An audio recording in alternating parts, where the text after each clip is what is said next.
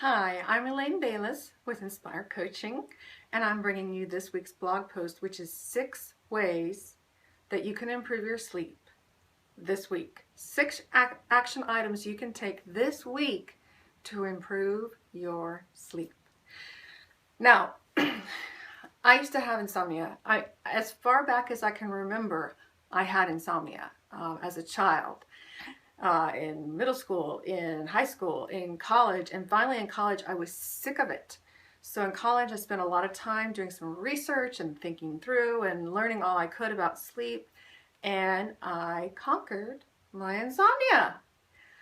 And the secret that I learned is that you cannot conquer insomnia by fighting it. You can only conquer insomnia by giving in. Okay? So I'm going to tell you 6 ways that you can create an environment where when you do give in, your insomnia goes away. Now, tip number 1 is the most important step. Rule out medical issues, okay?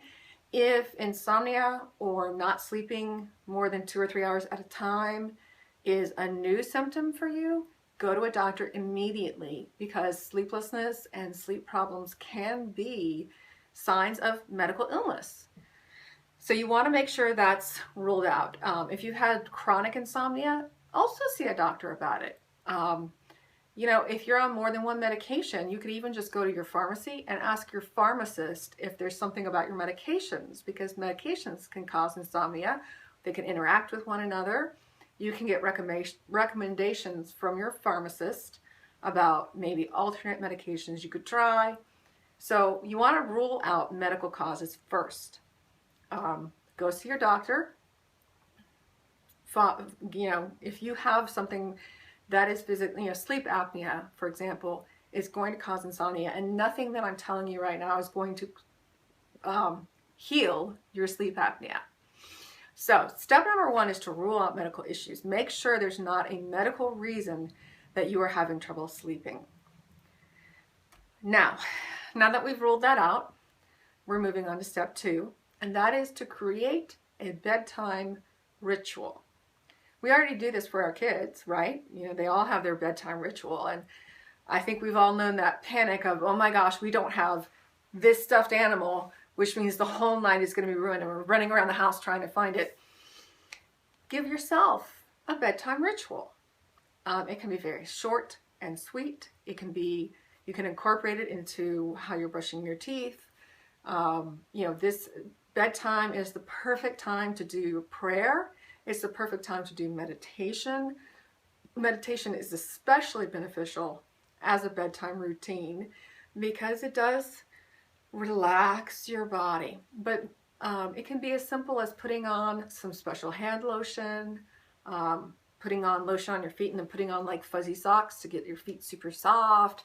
Just any kind of bedtime ritual that you do. And what this does is psychologically and physically, it tells your body it's sleep time. So this is a very powerful psychological thing that's very free, very easy. Create yourself a little bedtime ritual. And then be consistent and faithful with it. So that's step number 2. Rule out medical issues, create a bedtime ritual. Step number 3, make your room dark, very, very dark. So you want your room to be absolutely pitch black. Light matters, okay? And I know we all can take a Sunday afternoon nap on the sofa in the middle of chaos with lights on and all that, but when it comes to sleep, it's important to be in a dark room. We are physical beings, and light, we are daytime creatures. We're not nocturnal like cats, we're day people.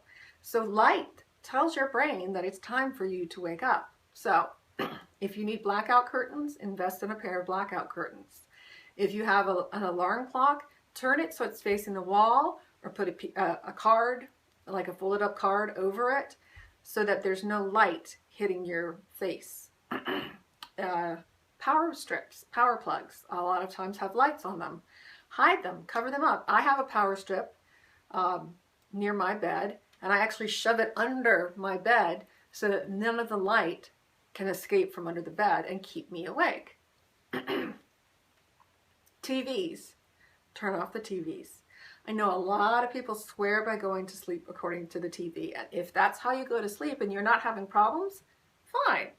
If you are having problems, you got to turn the TV off.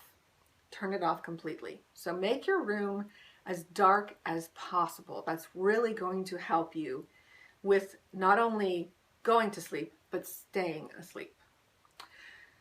So we're going to rule out our medical issues. We're going to create a bedtime ritual. We're going to make our room as dark as we possibly can. Step number 4 is stop looking at screens, TV screens, iPhones, smartphones, tablets, computers, all of those electronic devices, some e-readers, not all of them, but some of them. That screen displays a blue wavelength of light, and the blue wavelength of light actually stimulates your brain to create daytime hormones. The blueness of the TV screen actually tricks your brain into thinking it is daytime outside and it's time for you to wake up. So if you're having trouble going to sleep, I recommend shutting off all screens at least 1 hour before you go to bed. Now, sure, I look at my phone to set my alarm. That's like 5 seconds, okay? That's not going to kill you. But we all know the trap of our smartphone, of our tablet. We pick it up, we're just going to check Facebook, or we're just going to check the weather, and then it's been 20 minutes of staring at a blue light, and then we shut it off and lay down and we can't sleep. That's because your brain is like, oh, it's daytime. Why are you laying down? Get up, lazy person. Your brain, it's the hormones and the chemicals that have been stimulated by the smartphone. So find something else to do. You can get glare screens that are supposed to cut down on the amount of blue wavelengths. I've never tried it, but that could be something you do. You can get traditional books, or like I said, you can cut off your screen use 1 hour before you go to bed. I highly recommend that you find a way to make that work in your life. So that's ruling out medical issues, creating a bedtime ritual, making your room as dark as possible, eliminating the screens. Tip number 5. This may sound a little counterintuitive, but if you have been awake in bed, tossing and turning for anywhere between 20 and 30 minutes, and you're not able to go back to sleep, get up and get out of bed. Your bed needs to be a sacred place where only 2 things happen: sleep and sex. Those are the only 2 things that should be happening. Now, sure, a lot of people read in bed. If you aren't having sleep problems, fine, read all you want. But if you are having sleep problems, sleep and sex, that's it. Because the more you stay awake in bed, the more your mind and your body associate the bed as a place to be awake in. Sleep. So if you are tossing and turning and simply cannot sleep, get up and go to another room and do something else until you feel sleepy. So this is a great time to do dishes. If you can be quiet and not wake up the rest of the house, it's a great time to catch up on reading. It's a great time to catch up on, paint your nails, do something that you've been wanting to do, clean your baseboards. I hear that's a thing people do, is clean their baseboards. Just do something, anything for, until you feel tired again. Usually in about an hour, you'll probably start to calm down and feel tired. Go back to bed, close your eyes, maybe do your bedtime ritual one more time, and fall asleep, okay? And there's a very important tip that I want to make everyone aware of, and that is nobody sleeps 8 hours straight without waking up. Nobody. That's not normal. We all think we do. But really what happens is your sleep cycle is this up and down wave, okay? And we start out real high and we're just very drowsy. And that's the stage where like you can have the dream that you're falling and you jerk yourself awake. And then we move into the dream stage, the REM phase, and we dream. And then we go into this really deep sleep. And that's where the healing and the restoration happens. And then after a couple hours, we cycle back up to REM, and then real high, real ability to be wakened. It's quite common actually to wake up after 2 or 3 hours of sleep. But most of us wake up, roll over, go right back to sleep, don't even know that it happened. Go right back into a dream, back into the next stage of dream cycle. You're going to have 2 or 3 cycles in a night. And that's why they say 6 to 8 hours of sleep. So everyone wakes up in the middle of the night. That's why going back to sleep is part of an insomnia problem. Because it means that when you do wake up, you're not able to go right back into that sleep phase. So that's why if you wake up, you're tossing and turning for 20 to 30 minutes, just go ahead and get out of bed. Sleep is not going to be coming back to you anytime soon. So just get up, go do something else in another room so that you don't associate wakefulness with your bed. Then go back to bed when you start to feel relaxed or drowsy, and close your eyes and relax and see if you can get in another sleep cycle. And this leads me directly to point 6, which is get up at the same time every day. And again, this is for people who have trouble sleeping. I know we all like to sleep in, and if you don't have trouble sleeping, sleep in. If you do, get up at the same time every single day. And this is twofold. The first thing is our bodies like consistency. If you get up at the same time every morning, your brain will get used to that schedule, and the hormones and the chemicals that your brain is regulating they'll become consistent. And you'll find, as most people do, that once you've gotten up at 6:30 a.m. for a month, you don't even have to set an alarm anymore. Your body naturally wakes up at 6:30 because your brain knows. This is so, our bodies are amazing, aren't they? But around 6:30, your brain is going to send cortisol through your system and start waking you up. So a consistent get up time is essential because it really helps your brain know. And here's the other miracle part of our bodies. Because your brain knows when it's getting up, and it knows basically how long you need to be awake, when it's time for you to go to sleep, your brain and your body are going to produce melatonin and all the other hormones that allow you to relax. So because your getting up time is consistent, your body will begin to get sleepy consistent at the same time each day. And that will help you fall asleep more quickly. And when you combine that with step 5, so for example, you go to bed, you sleep for about 3 hours, then you get up, you spend 2 hours awake because of what I told you to do, and then you go back to bed. So maybe you only got like 5 hours of sleep on a Monday night. So Tuesday night, you go to bed at your normal time. Now you're sleep deprived.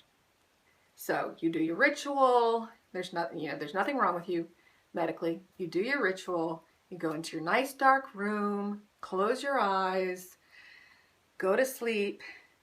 When you cycle through and you come to that point where you might wake up, you may wake up again, but you're going to be that much more tired. And so you'll close your eyes and go back to sleep more easily this time. And the longer, by a week or so, you probably will be able to you probably won't even know you are waking up, even though you still will be. So yeah, there'll be a little bit of sleep deprivation, a little bit of sleepy days, but as you're consistent with your wake up time, and don't nap, as you're doing these things, giving your body that dark environment, avoiding those TV screens, those blue light screens, doing your bedtime ritual, your body will begin to do what it does naturally, which is sleep. And that is what I mean when I say you cannot fight insomnia by fighting it. You can only conquer insomnia by giving in. Let go of the worry. Create an environment that is conducive to sleep. Practice good sleep hygiene, the dark room, the avoidance of the screens, the getting up at the same time. And your body will sleep. And trust me on this, if you could keep yourself from sleeping Nobody would ever buy a 5-hour energy drink. Am I right? Okay. We cannot keep ourselves from sleeping. We are going to fall asleep. It's a need that we cannot deny. So this is the other piece of that is, you know, when you do wake up and you have the 20 minutes and I want you to get out of the bed and do something, because it will distract you from those thoughts. And I know those thoughts. I know them, okay? I know you're sitting there thinking, I've got to get to sleep. I have a test tomorrow. I've got to get to sleep. I have to drive tomorrow. If I don't sleep, I'm going to be grumpy tomorrow. I'm going to be a wreck. I'm going to look horrible. I've got to sleep tonight. I've got to sleep tonight. I know. And laying in bed having those thoughts is going to hype up your anxiety and your adrenaline and your cortisol, and your body will be so flooded with those stress hormones that it will be impossible for you to sleep. So get out of bed and just do something, anything. Because when you're doing that, you're not busy fighting the insomnia with your brain, and you can relax and eventually distract your mind, and your body will say, hey, I'm still sleepy. You'll go back to bed. So those are my 6 tips for how you can conquer insomnia. I would love to hear from you. If you would like to schedule time to talk to me, go to talkwithelaine.com.